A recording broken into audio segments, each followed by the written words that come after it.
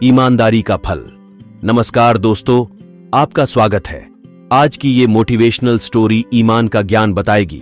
तो चलिए शुरू करते हैं। काफी समय पहले की बात है। प्रतापगढ़ नाम का एक राज्य था। वहां का राजा बहुत अच्छा था, मगर राजा को एक सुख नहीं था।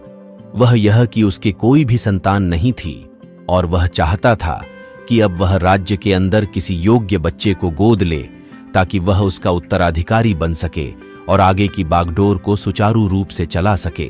और इसी को देखते हुए राजा ने राज्य में घोषणा करवा दी कि सभी बच्चे राजमहल में एकत्रित हो जाए। ऐसा ही हुआ।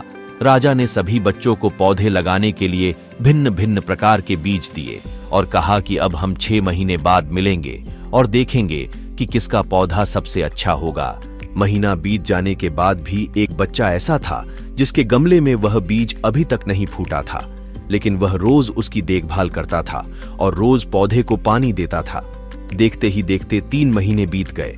बच्चा परेशान हो गया। तभी उसकी मां ने कहा कि बेटा धैर्य रखो, कुछ बीजों को फलने में ज्यादा वक्त लगता है। और वह पौधे को सींचता रहा। अब राजा ने आदेश दिया। सभी बच्चे अपने अपने गमले दिखाने लगे, मगर एक बच्चा सहमा हुआ था क्योंकि उसका गमला खाली था। तभी राजा की नजर उस गमले पर गई। उसने पूछा, तुम्हारा गमला तो खाली है? तो उसने कहा, लेकिन मैंने इस गमले की 6 महीने तक देखभाल की है। राजा उसकी ईमानदारी से खुश था कि उसका गमला खाली है।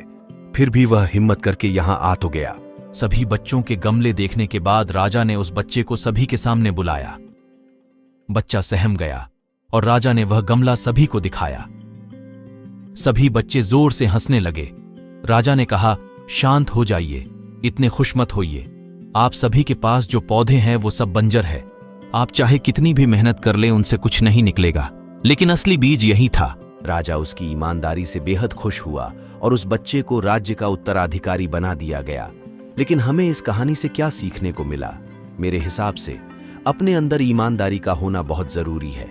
अगर हम खुद के साथ ईमानदार हैं तो जीवन के किसी न किसी पड्डे डिहाव में सफल हो ही जाएंगे, क्योंकि हमारी औकात हमें ही पता होती है। हम खुद को पागल बनाकर खुद का